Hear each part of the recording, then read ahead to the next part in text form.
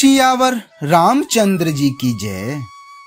रामायण बालकांड नवाहन पारायण का पहला विश्राम एवं मास पारायण का चौथा विश्राम भाग 1।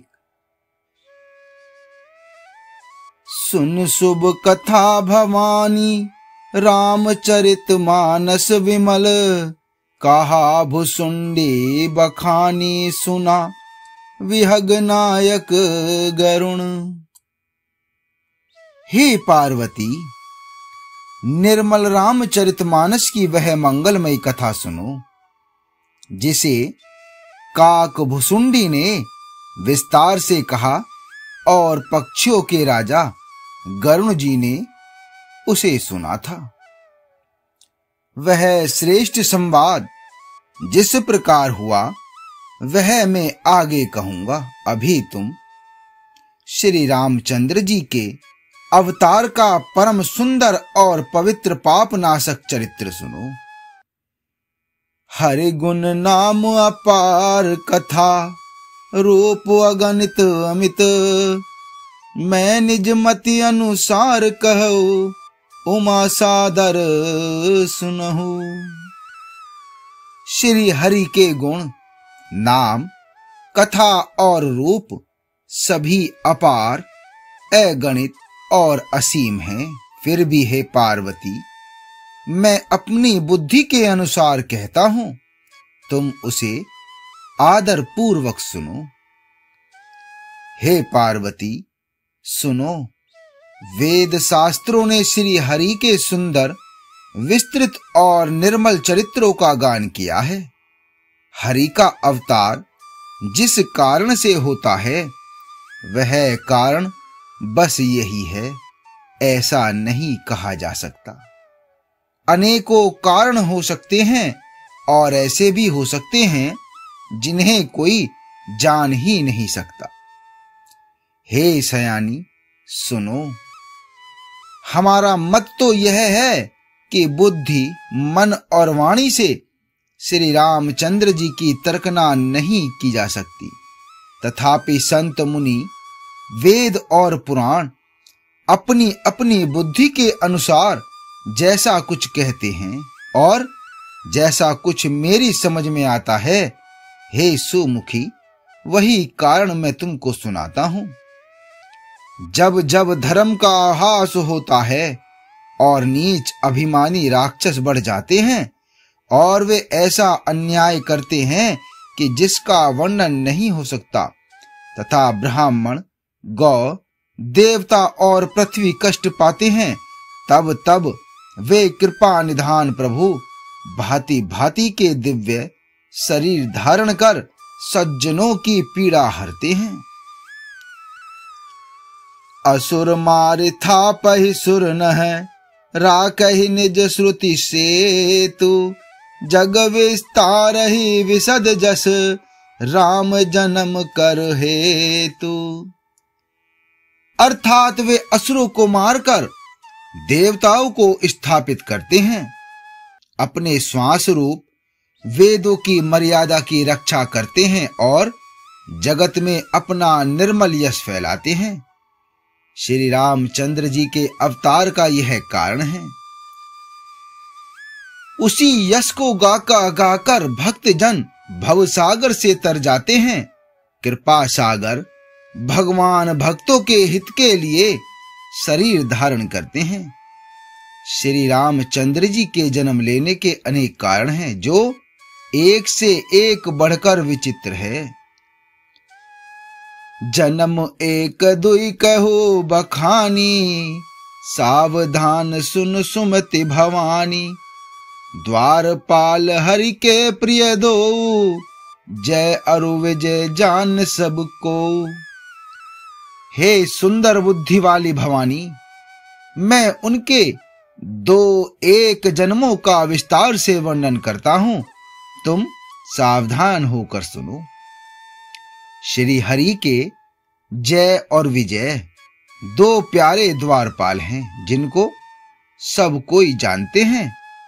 उन दोनों भाइयों ने ब्राह्मण सनकादि के शाप से असुरों का तामसी शरीर पाया। एक का नाम था हिरण्यकश्यपु और दूसरे का हिरण्याक्ष। ये देवराज इंद्र के गर्व को छुड़ाने वाले सारे जगत में प्रसिद्ध हुए। वे युद्ध में विजय पाने वाले विख्यात वीर थे।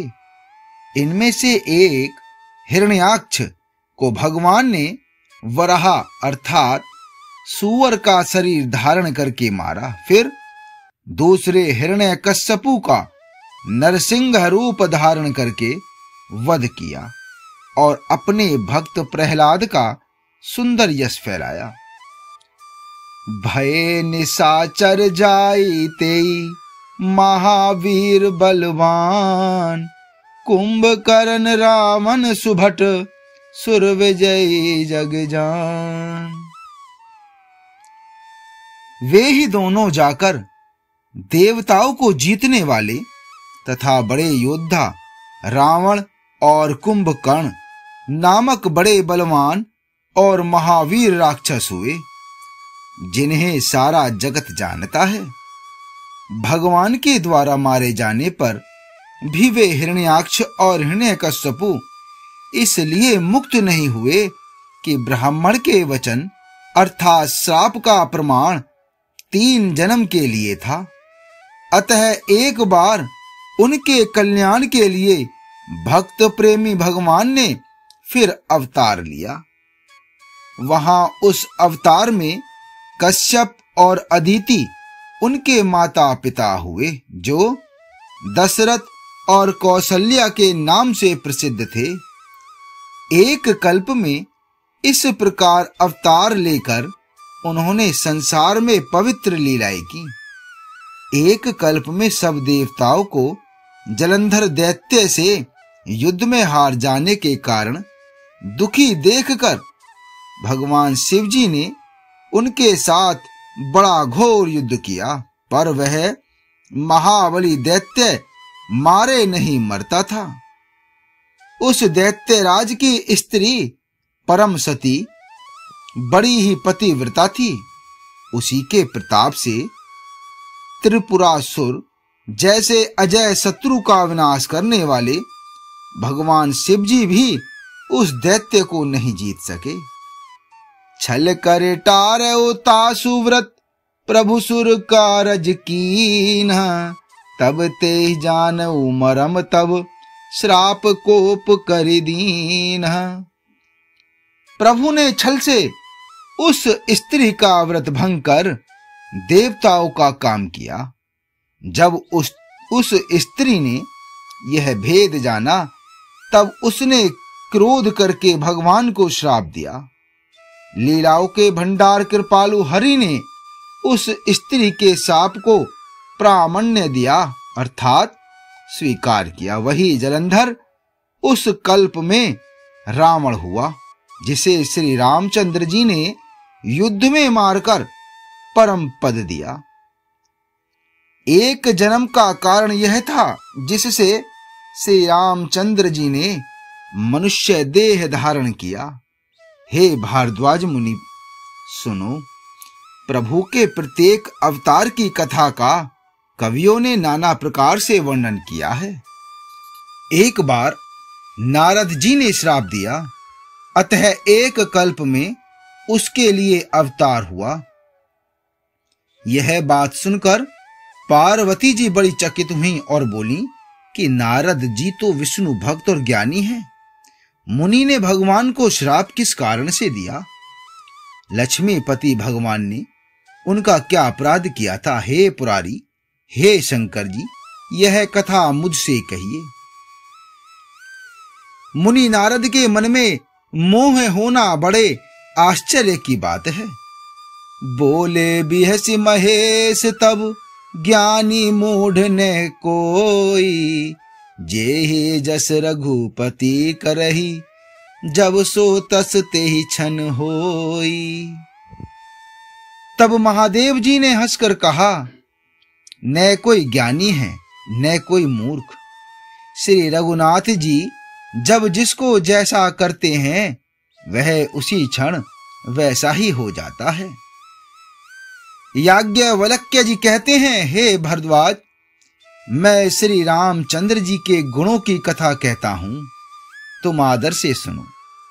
तुलसीदास जी कहते हैं, मान और मद को छोड़कर आवागमन का नाश करने वाले रघुनाथ जी को भजो।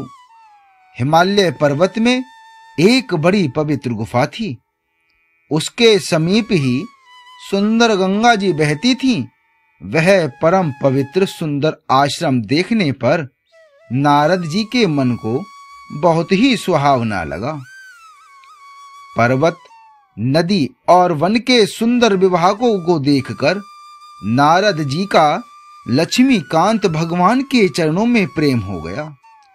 भगवान का स्मरण करते ही उन नारद मुनि के श्राप की, जो शाप उन्हें दक्ष प्रजापति ने दिया था और जिसके कारण वे एक स्थान पर नहीं ठहर सकते थे, गति रुक गई और मन के स्वाभाविक ही निर्मल होने से उनकी समाधि लग गई। नारद मुनि की यह तपोमय स्थिति देखकर देवराज इंद्र डर गए। उन्होंने कामदेव को बुलाकर उनका आदर सत्कार किया और कहा कि मेरे हित के लिए तुम अपने सहायकों सहित नारद जी की समाधि भंग करने को जाओ। यह सुनकर मीन ध्वज कामदेव मन में प्रसन्न होकर चले। इंद्र के मन में यह डर हुआ कि देवर्षि नारद मेरी पुरी अमरावती का निवास राज्य चाहते हैं। जगत में जो कामी और लोभी होते हैं, वे कुटिल कौवे की तरह सबसे डरते हैं। सूक हार ले भाग सठ, स्वान निरखी मृगराज, छीन लई जनि जान जड़, तिमि सुर पतहीन लाज। जैसे मूर्ख कुत्ता सिंह को देखकर सूखी हड्डी लेकर भागे और वह मूर्ख यह समझे कि कहीं उस हड्डी को सिंह छीन न ले, वैसे ही इंद्र को नारद जी मेरा राज्य छीन लेंगे, ऐसा सोचते लाज नहीं आई। आगे का भाग 2 में। सियावर रामचंद्र जी की जय।